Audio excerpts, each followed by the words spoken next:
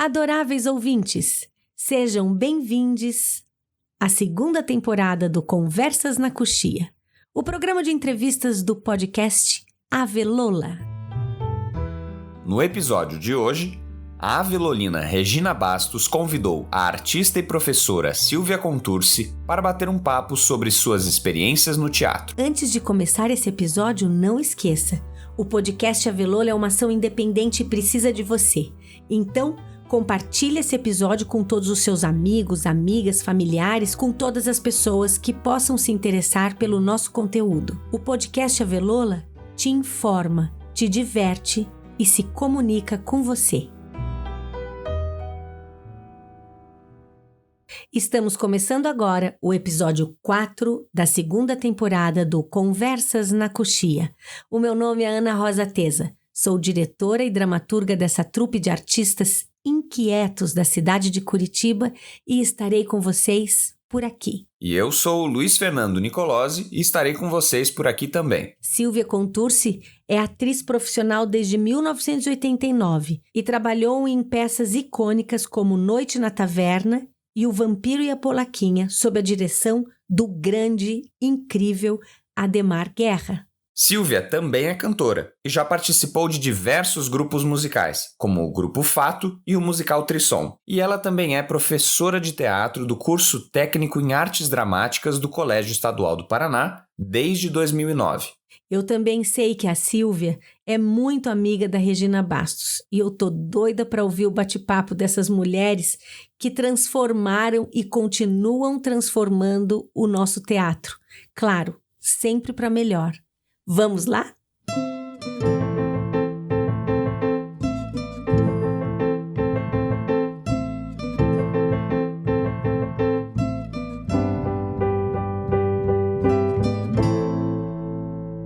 Bem-vindos, ouvintes do nosso podcast. Eu sou Regina Bastos, atriz da trupe Avelola, e eu vou conversar agora com a Silvia Contursi, cantora, atriz e arte educadora. Eu acompanho a carreira da Silvia desde 1989. Já trabalhamos juntas e atualmente ela é parceira do nosso teatro, assistindo e trazendo seus alunos nos nossos espetáculos. Oi, Silvia, seja muito bem-vinda para o nosso podcast. Oi, minha querida. Primeiro, a honra do convite, né? Amigas de tantos e tantos anos. Admiro profundamente o trabalho de vocês há muito e muito tempo, então, uma alegria estar aqui falando com vocês. Então, Silvia, nesses anos todos, vivendo e convivendo com a nossa arte, tem alguma história curiosa relacionada ao teatro para você nos contar? Bom, a primeira história que me passou pela cabeça e que você presenciou, e que eu acho essa história muito legal, é quando a gente começou a ensaiar o Vampiro e a Polaquinha, que não tinha a Polaquinha, que a Polaquinha demorou para entrar na jogada, e a gente começou a ensaiar ali no Solar do Barão, com o Adhemar, naquelas rodas de leitura, que ele gostava muito, ele ficava muito tempo nas rodas de leitura, né? E não tinha a tal da Polaquinha. E um dia entra a Guta, né? A Guta Stresser entra assim no espaço que a gente estava e meio que, não sei quem tinha dito para ela ir lá, não lembro isso, mas enfim. Eu? Foi você, Rê? Fui eu, porque eu tinha trabalhado com a Guta no Sonho de uma Noite de Verão.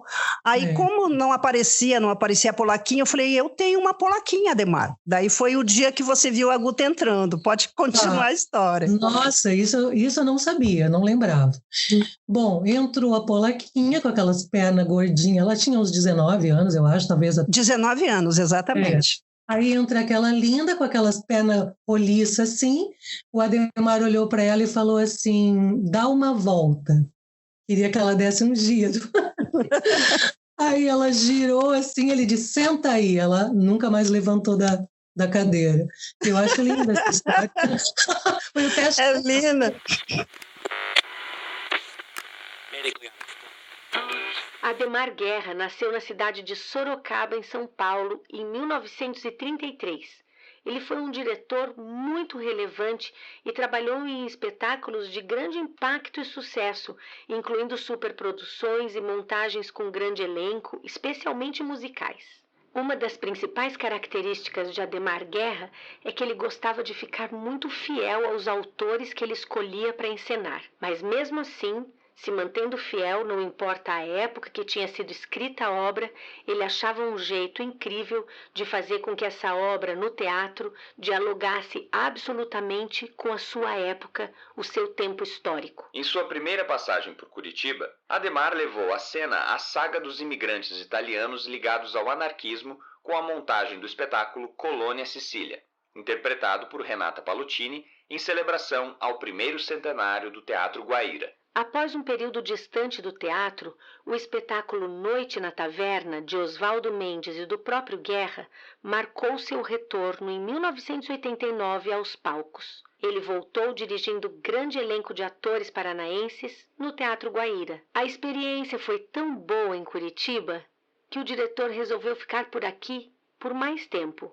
E essa permanência rendeu mais 2 montagens: Mistérios de Curitiba, baseado em contos do Dalton Trevisan, que rendeu longas temporadas locais em outras capitais brasileiras, e a montagem de O Vampiro e a Polaquinha, em 1992. Essa foi a derradeira montagem de Adhemar Guerra. Ele faleceu dia 19 de fevereiro de 1993, deixando grande saudade em uma geração inteira do teatro paranaense que teve a honra de trabalhar com esse grande nome do teatro brasileiro. Você lembra que ele perguntou para ela assim: você é atriz? Ela falou: eu sou. Então senta lá e fica quieta. Isso eu não lembrava. Melhor ainda do que eu tinha imaginado. E eu acho linda essa Mas é uma figura. É a muito conexão. legal, muito legal. Depois tiveram uma conexão os dois até para sempre, né? Até o Adhemar Foi, morrer, né? foi sim. Dentro dessa, né, desse momento histórico aí de memória, também foi o dia que o Adhemar faleceu, que nós fizemos a peça chorando, todos nós. Também foi muito impactante isso para mim. Nossa, nem falo, até me arrepiei agora. Eu também. A minha próxima pergunta tem a ver com o nosso querido Adhemar, né? O nosso primeiro trabalho juntas foi na Noite na Taverna, dirigida pelo Adhemar, com textos e poemas do Álvares de Azevedo. E isso aconteceu em 1989. Que eu me lembre, você morava em São Paulo nessa época. Como é que foi escolher esse trabalho e vir embora para Curitiba para fazer o teste? Eu vou falar uma coisa aqui de São Paulo que eu não tenho oportunidade, às vezes, de falar para as pessoas, e que realmente foi algo. Eu tinha 25 para 26 anos, eu realmente queria sair de Curitiba e fazer teatro em São Paulo. Eu tinha isso na minha cabeça desde a formação, né, enfim, da minha faculdade. Eu sou da primeira turma da PUC Guaíra, né, primeira turma de um curso de artes cênicas em Curitiba, e eu tinha essa vontade. Fui para lá e fiz muitas coisas. Por exemplo, fiquei 1 mês numa vivência com Zé Celso Martinez, eu conheci o Tom Zé fazia os trabalhos de música lá para o Zé Celso, eu fiz cursos com Paulo Tati, eu fiz curso com Antônio Nóbrega, quando ele estava chegando em São Paulo, e isso aconteceu assim num período de 6 meses, e estava sendo tão forte, mas tão forte a experiência, que a chance de voltar para Curitiba eram zero. Um amigo comenta comigo que ia ter um teste, e que o diretor vinha de São Paulo fazer um teste de elenco, e por coincidência, por incrível que pareça, essa semana que ia ser o teste, o final de semana, era no final de semana que eu viria para Curitiba. Aí eu fiquei pensando, bom, me inscreve, pedi para o meu amigo me inscrever. Lá foi ele no Guaíra e me inscreveu. Ah, tá, tem que fazer uma cena do Álvares de Azevedo, peguei o livro, escolhi a cena, e eu disse, vou fazer esse teste. Se eu passar, as chances de eu passar são remotas, talvez, mas se eu passar, eu decido minha vida. Fiz o teste, e aí uma outra história, mas eu não vou contar agora, mas foi algo bem forte para mim. aquele momento, onde eu conheci o Adhemar ali no teste, e o tipo de olhar que ele teve para mim, que foi muito marcante. Passei um tempo depois, eu estava lá na lista, e o que eu ia ganhar aqui como atriz para trabalhar com o Adhemar era mais do que eu ganhava em São Paulo, eu já dava aula lá, só que era uma oportunidade de um trabalho com atriz profissional, o primeiro da minha vida, com um contrato para ganhar mais do que eu ganhava lá. Aí eu vim para Curitiba e nunca mais voltei. Eu lembro de você no teste. Você veio com tudo para fazer a Ângela. Era Ângela o teu personagem, né? Nossa, você chegou com tudo. Eu vi do ladinho assim o Adhemar anotando assim um sinalzinho do que era você, assim, ia ser você para fazer a Ângela. Então, posso falar só mais uma coisa que é estranho falar sobre isso, eu não falo sobre isso há anos. Quando eu fiz o teste, um grande amigo meu, Elis, já falecido, ele me ajudou a ensaiar. E quando eu estava ensaiando a cena, eu na cozinha, pegou uma faca, me entregou a faca na mão e disse: esconde essa faca, na hora certa você mostra a faca. E eu acabei a cena, quando eu fiz a cena, eu acabei com essa faca na mão. E aí eu lembro assim, que o pessoal que estava na mesa levou um susto, porque eles não esperavam que eu saísse com uma faca, pois eu devo essa faca ao Elis Homero. O teu teste foi sensacional, sensacional. Que bom, né, Silvia? Daí estamos juntas desde então, né? Amizade profunda por você. Agora quero fazer uma coisa, quero saber de uma coisa. Como é que foi a tua escolha de deixar de atuar como atriz e se dedicar a ensinar os alunos a fazer teatro, que você é professora no Colégio Estadual do Paraná, né? Sim, sim. Eu acho que tem um arco aí, um pouco antes da professora, que é que quando eu deixo Vampiro e a Polaquinha, né, que era a peça que eu fazia na época, quando eu deixo o teatro naquele momento, é porque eu estava começando um trabalho de música com o Fato, com o Grupo Fato.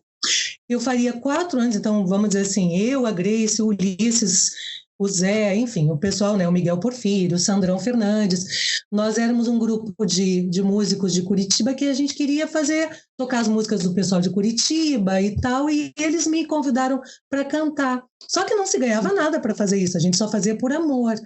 E no Vampiro Polaquinha tinha um salário.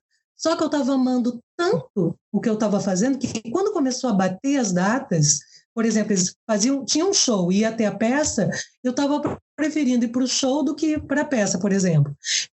Tem que lembrar que o Adhemar tinha falecido e já tinha passado muito tempo e eu já estava olhando para a peça como algo que estava precisando de um, como é que eu posso dizer? Como se a peça tivesse perdido um pouco a atmosfera para mim. Então, hoje eu fico pensando, meu Deus, eu deixei um emprego, eu deixei um trabalho que eu ganhava para fazer música, não ia ganhar nada, mas eu me apaixonei pela música. E aí eu fiz a coisa. Para quem eu olhasse assim, ia dizer, bom, essa é louca, né? Só que hoje eu vejo que eu dei o passo certo, porque hoje a música é tão significativa para mim, ou mais, do que o teatro. O teatro virou um vínculo para mim como professora. Então, onde que eu dou a mão para o teatro? E que eu aproveito, vamos dizer, toda a experiência que eu tenho com o teatro, com os meus alunos, com pessoas que querem atuar. Então, eu desenvolvi esse olhar.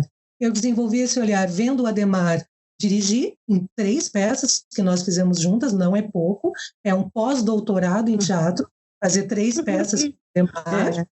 É isso. E depois, toda a vivência, sempre quando as pessoas estavam dirigindo, eu botava muita atenção nisso. E eu tenho um olhar, eu desenvolvi um olhar, como você também tem, temos um olhar para atuação. E é um olhar muito forte. E eu disse, bom, então, já que eu não estou uma atriz e que eu não tenho essa vontade, então eu distribuo o que eu aprendi para os meus alunos que querem ser atores e atrizes, e querem muito. É uma arte ainda que muita gente quer fazer. Então, continuando falando de alunos, eu quero saber como é trabalhar numa escola pública. Como é que você faz para lidar e conviver com a burocracia? Sim, É muito difícil. É muito difícil. E as pessoas ainda têm uma ideia muito equivocada do teatro. Elas ainda estão no tempo onde as pessoas iam abrir um livro, pedir para as crianças ou para os adolescentes decorarem o texto, e depois alguém ia fazer uma marcação básica, óbvia, e ainda estão presos nesse lugar, sabe? Portanto, certas propostas, uma coisa simples, eu vou partir de uma coisa simples. Eu digo a equipe toda de professores da escola maravilhosos que tem me acompanhado todos esses anos, né? E que são artistas também, como a professora Tina, o Hélio, a Janine, são artistas também. E o que acontece?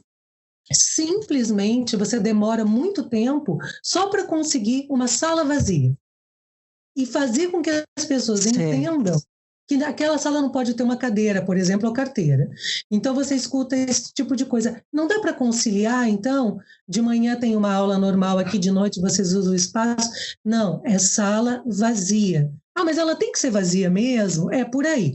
Então, vai desde a necessidade de uma sala vazia, e que ninguém entende isso, uma coisa óbvia, né?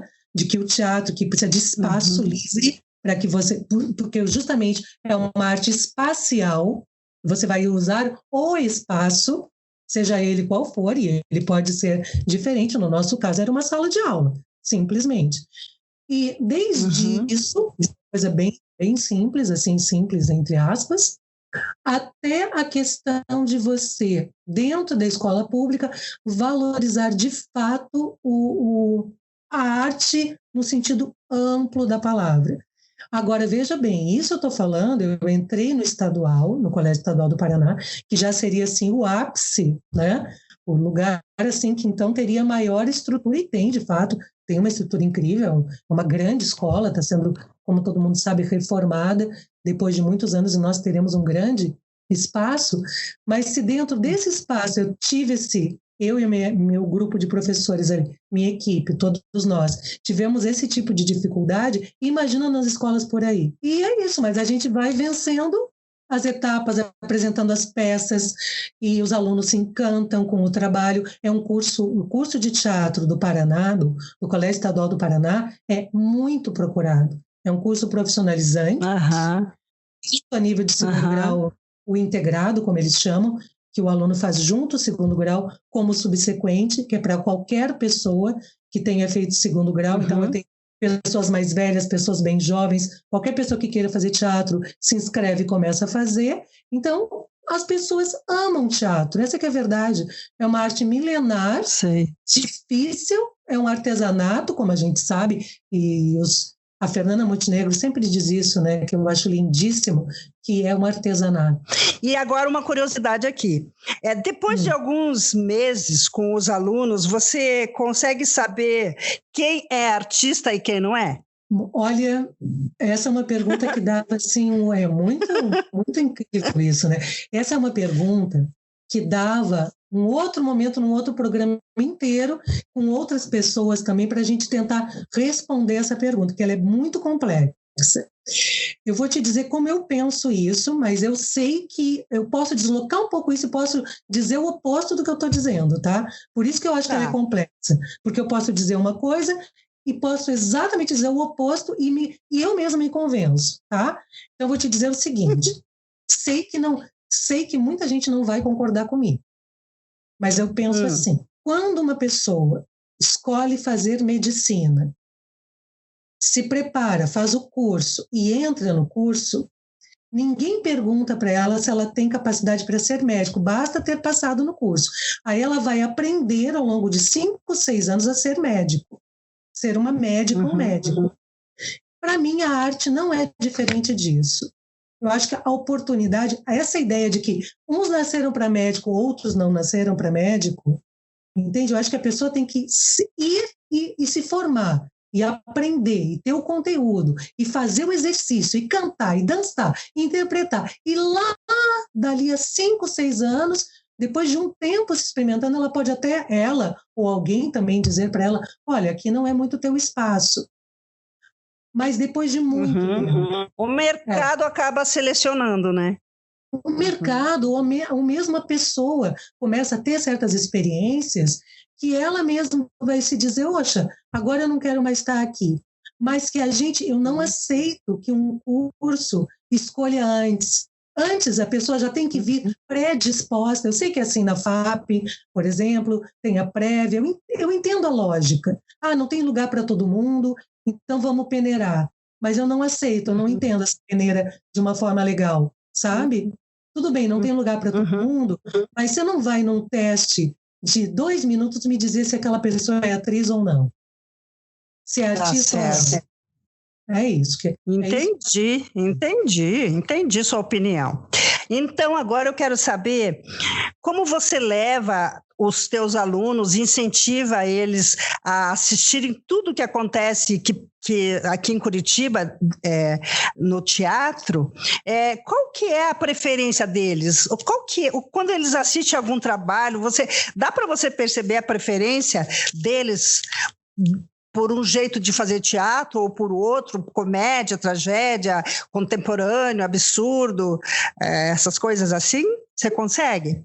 A experiência mais forte que eu já tive quando eu levo os alunos no teatro, e agora eu estou falando alunos assim que eu tenho à tarde, que seriam 15, 16 anos, e os alunos que eu tenho à noite, que é tudo que é idade, tá? Eu tive essa experiência tanto com um curso integrado como com um subsequente, que é esse, né, que basta ter o 2º grau, que é o seguinte, eu vou subindo uma rua indo em direção ao teatro e eu escuto os alunos dizerem, nunca pisei num teatro. Então, a primeira experiência é essa. Então, é incrível. O teatro, infelizmente, ele ainda não está na vida das pessoas. Então, eu tenho alunos que vão fazer teatro e nunca entraram num teatro. Então, a hora que eles entram, não importa que peça seja, eles ficam malucos. Porque o teatro é uma experiência... Eles ficam loucos, o olho brilha. O teatro é uma experiência única. E eles não imaginam a potência que tem. Eles acham, porque eles vão fazer o curso de teatro, porque eles assistem televisão, eles assistem os filmes, então eles gostam da ideia de imaginar, de atuar, de colocar um figurino, de colocar uma maquiagem, de ter contato com outras pessoas, mundo e tal. Quando eles entram no teatro e vem o ator na frente deles, dizendo coisas, olhando para eles, eles têm uma experiência reveladora. E sempre foi assim. Eu nunca vi um aluno sair do teatro, nunca, que ele dissesse, professora, isso não valeu a pena para mim, isso não significou nada para mim, é impossível. Eu nunca ouvi isso. E eu tenho 10 anos de Colégio Estadual do Paraná. Depois da retomada do curso, que como você bem sabe, esse curso já teve, né? Esse curso de teatro formou um monte de gente, parou um tempão e voltou em 2009, que é quando eu entro no estadual. Então, eu estou nesta retomada, eu estou desde o começo do curso. E eu nunca ouvi de um aluno, eu não gostei. Essa experiência não foi válida para mim. Tudo bem que eu também, eu só escolho coisa boa, né? Eu vou claro, né? Eu só levo eles em peças muito, muito, muito boas. Por que eu levei os alunos, desde que eu comecei a trabalhar lá, por que eles viram todas as peças do Avilola, por exemplo? Não é porque você é minha amiga, embora eu ame profundamente você, mas é porque é impecável. É impecável. Então, eles ficam chocados. Aí eles querem estar lá do outro lado. Eu imagino. O teatro é encantador, né? Sim, é encantador. Encantador. Bom, agora é uma curiosidade só minha, que eu quase que já sei o que você vai responder. Ó, eu sou uma atriz que eu sei contracenar e sei dar texto, mas eu não canto, eu não danço. Então eu te pergunto, é mais difícil subir num palco para cantar ou para atuar? Toda a vida para atuar. Muito mais difícil. Muito mais difícil. Totalmente. Olha só. Não tem comparação. Não tem comparação. Veja bem. Primeiro que palco é difícil para todo mundo. Claro que tem um nível de dificuldade que o palco tem para seja lá o que a pessoa for fazer lá em cima. Vai fazer mímica, vai fazer malabarismo, vai dançar, vai fazer mágica, seja o que for. Claro que é um risco. Você vai para o trapézio, você pode cair. A gente só não morre como trapezista, não é? Mas podemos nos machucar bastante. Então, passando por esse degrau de que é difícil, só o palco em si já é difícil, entre atuar e cantar, atuar é muito mais difícil. Da minha forma, né? Pela minha experiência, claro. Né? Olha só. O que está em jogo quando você tem que segurar as rédeas de um personagem, do teu coletivo todo, de tudo que implica estar ali em termos dos combinados, todos os combinados ao longo de todo o ensaio que você teve, e ao mesmo tempo segurar um ser que você inventou, que não é você e que você partiu para ele, você vai dar vida para ele, você vai deixar que ele exista durante aquele uma hora e meia, e essa mágica, esse poder de gestação que o ator e a atriz têm, para mim, não tem igual em termos de dificuldade humana, existencial. Já a canção, se eu me preparar, vou lá e canto uma música. A música, como pérola, como núcleo, ela está pronta. O Tom Jobim me deu a música pronta. Vou pegar o exemplo do Tom Jobim, que é uma música que eu gravei há pouquíssimo tempo em homenagem à minha filha, Luísa. Eu gravei o Luísa com o trio Trissom, eu, Miguel e a Lilian Nakaoa, do Miguel Zata e eu, temos um trio. Gravei o Luísa. O Tom Jobim entregou pronta a música para mim, a melodia maravilhosa, a letra é deslumbrante. Eu vou lá e decoro. Eu decoro, tudo bem. Tecnicamente ela tem que estar afinada, vai me dar um trabalho, mas ela está pronta. Eu vou lá e canto bem, as pessoas, nossa, que lindo, que maravilhoso. Para o ator, nada está pronto.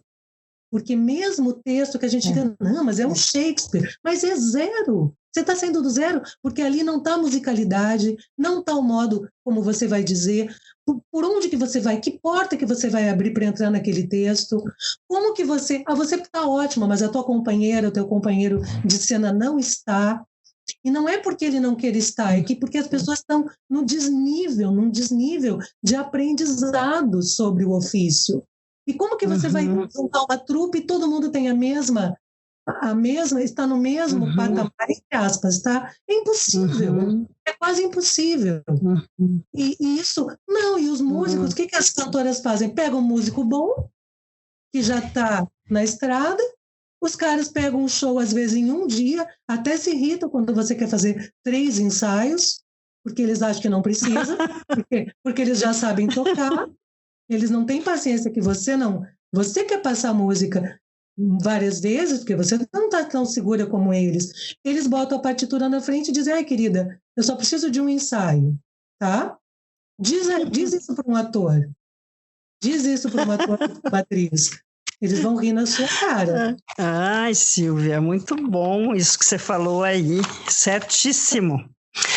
Agora, Silvia, a gente vai, todo o nosso podcast, conversando e fazendo as entrevistas, a gente vai para as respostinhas rápidas, podemos? Podemos, só que antes eu queria só falar uma coisa. Nossa, fale. É coisa rápida, porque eu falei tanto do estadual, esqueci de comentar que a Elaine foi minha aluna, né? Foi. Ama. Então, veja como eu estava comentando aquilo, de que os alunos querem estar lá. Olha, ela está aí, né? Aí. Sabia que agora ela é 2, né? Não. Ela está com uma menininha na barriguinha. Não sabia. Maravilhoso. Vai nascer em fevereiro. Maravilhoso. Não sabia. Felicidades. Ai, que legal.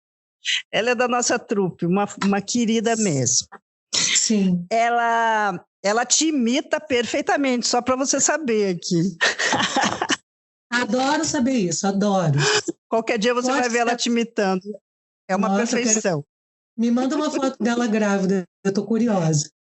Tá bom. Então vamos lá para as respostinhas.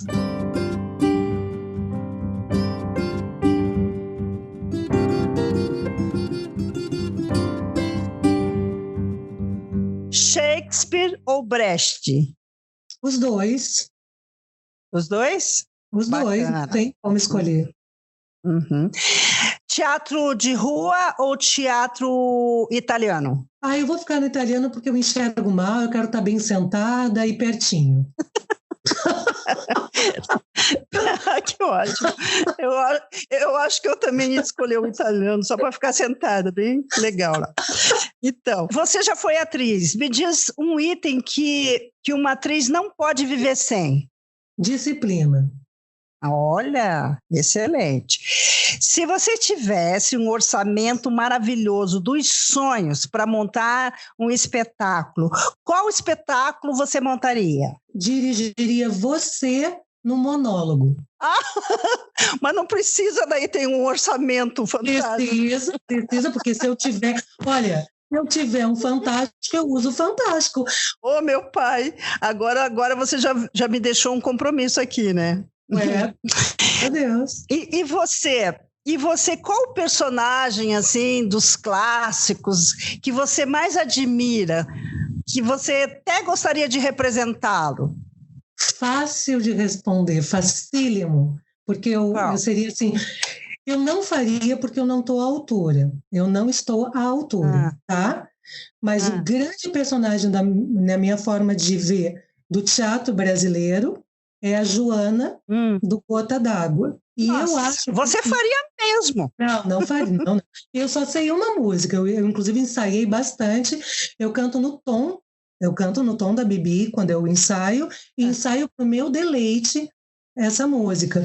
Mas eu falo para os meus alunos que eu não tenho dúvida nenhuma que daqui a 500 anos, 400, 500 anos, o Gota d'Água vai ser lido e montado como hoje se monta Shakespeare. Nossa, verdade. Não tenho dúvida sobre isso. Eu tive o privilégio de assistir a Bibi Ferreira. Quando eu fui numa turnê para o Rio de Janeiro, eu vi ela fazendo a Joana. Eu acho inesquecível. Acho incrível que você diz isso, eu até me arrepia. E o que você pretende fazer depois que acabar a pandemia? Mas agora isso ficou fácil demais, tomar um café com você, né? E depois ir no cinema. Eita!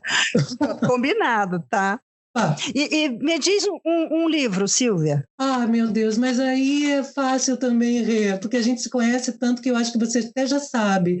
É o Walter Ugumãe, o filho de Milton. Com certeza. E uma peça? Nossa, meu Deus, agora... Mas é uma peça da minha memória, assim, que eu tenha assistido? Pode ser. Então uma peça da tua memória. Então eu vou falar uma peça da minha memória que me marcou profundamente como aluna, que é o Brincando em Cima daquilo com a Marília Pêra. Me marcou demais essa peça. Demais, demais, demais. O texto era do Dario Fo, né? E eu vi também no Guairão. Sensacional. Bom, mas ela era um escândalo mesmo, né? Não, ela foi aplaudida 15 minutos de pé, porque teatro, música, a gente está acostumado com isso, que o pessoal fica lá, enlouquece, que a música bota um monte de instrumento no palco, mas assim, as pessoas viajam. Uma atriz sozinha em cena, num Guairão, fazer 15 minutos o público aplaudir de pé, eu nunca tinha visto isso. E essa imagem eu tenho até hoje na minha cabeça. E ela recebia o público, não sei se você lembra disso, Rê.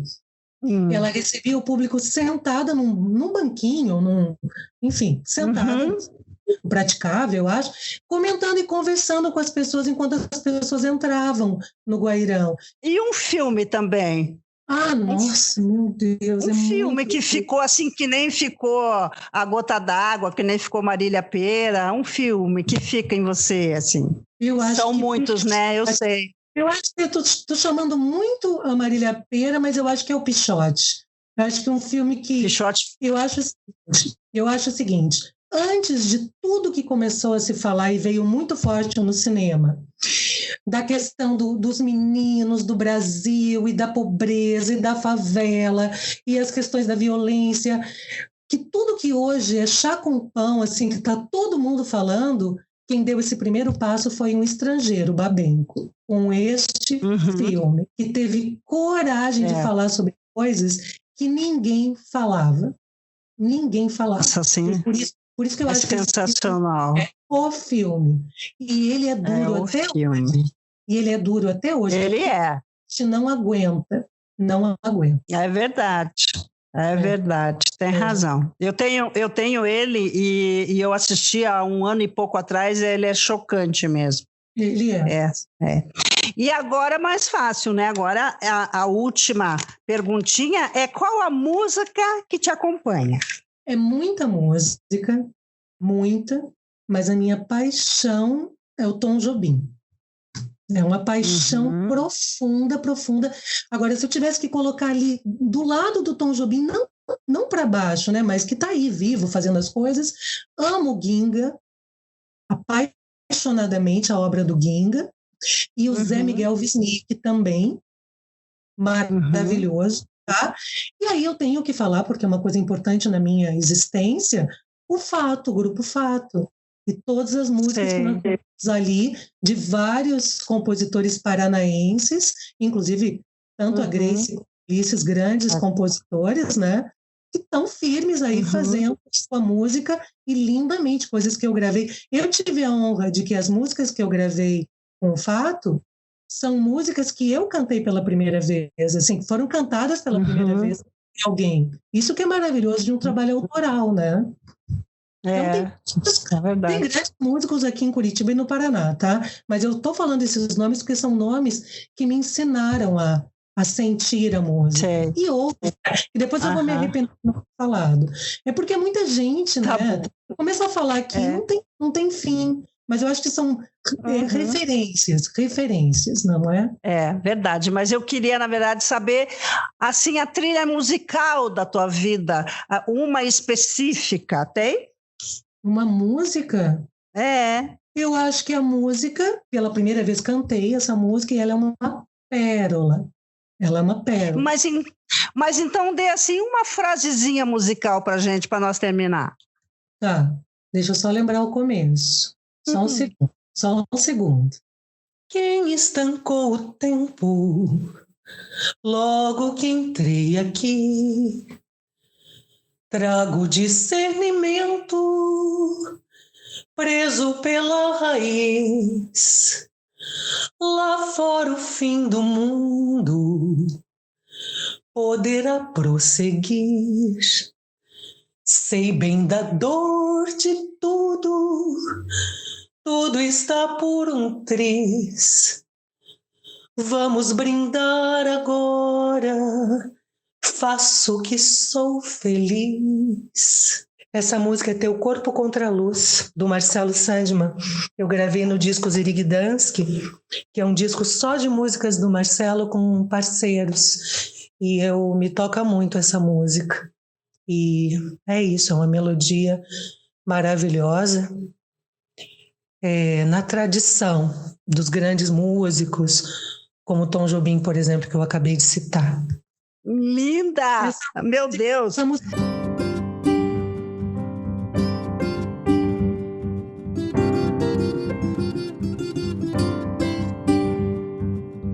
Obrigada, Silvia. Eu quero te agradecer muito por esse bate-papo, pela tua companhia, e considere-se abraçada por todas as pessoas do Avelola, porque nós te admiramos muito. Muito obrigada, Silvia. Eu quero agradecer, eu estou honrada. Claro que todos que vão falar ao longo dessas entrevistas se sentem honrados, eu também estou aqui, né, nessa fila de pessoas honradas, mas o principal é poder compartilhar esse momento, estarmos vivos ao mesmo tempo e agora.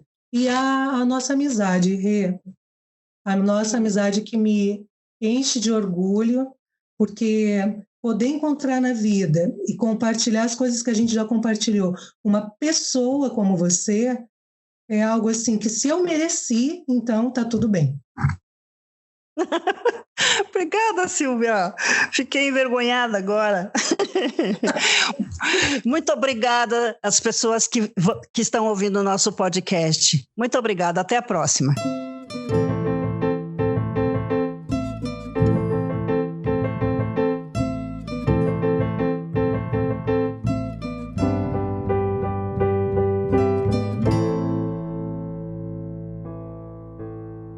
que eu fico mais impressionada com esse conteúdo que a gente tem disponibilizado é que ele faz com que você conheça pessoas fundamentais para a história do teatro de Curitiba e que você nem fazia ideia, porque é muito difícil a gente se comunicar num mundo onde uma cidade que nem a nossa, que é considerada pequena, tem 3 milhões de habitantes. Então, que o podcast Avelola ajuda você a construir no teu imaginário o número incrível de profissionais do teatro que fizeram parte de uma história que modificou e modifica permanentemente o que acontece na cultura da cidade.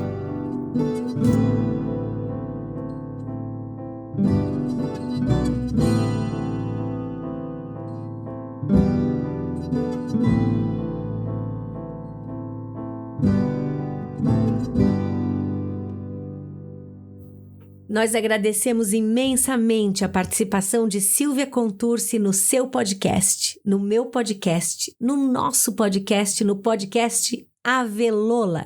E para fechar com chave de ouro o nosso episódio de hoje, vamos para o nosso quadro, um dos meus favoritos, o Avelola Indica.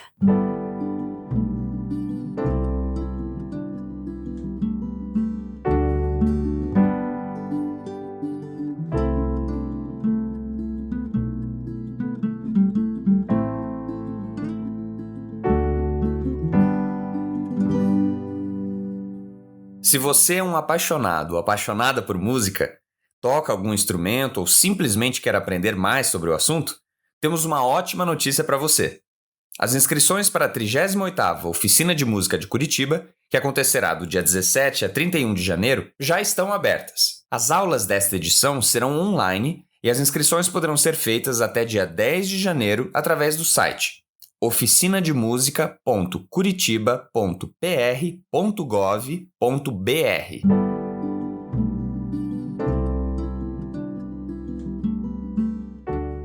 E agora, em tempos de pandemia, faça os seus programas online e não se meta numa fria.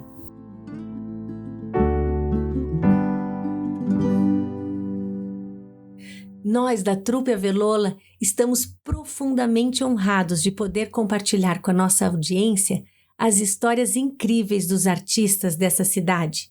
São eles que fazem de Curitiba, sem dúvida, um lugar melhor para se viver. Se você tem acompanhado o nosso podcast e gosta do nosso conteúdo, não pense 2 vezes. Compartilhe com os amigos, mande nas listas, nos grupos, pelo WhatsApp, pelo Instagram. A gente precisa de você.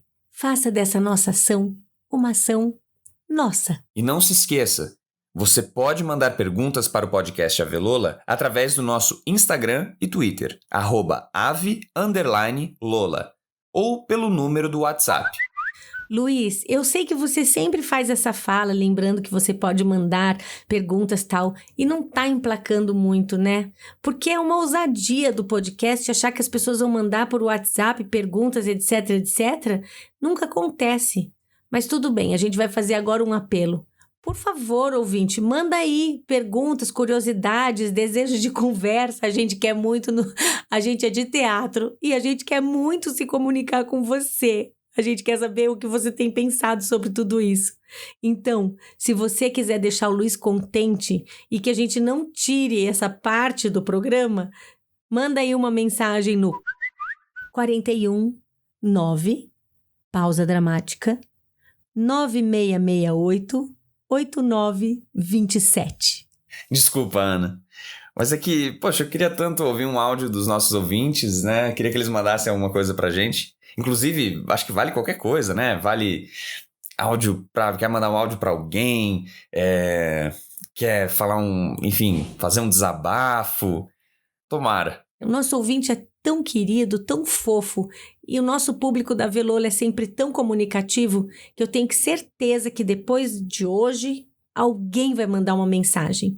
Nem para dizer que a tua voz é bonita, porque é mesmo, né? Um forte abraço e até o próximo episódio. Um beijo e até o próximo episódio.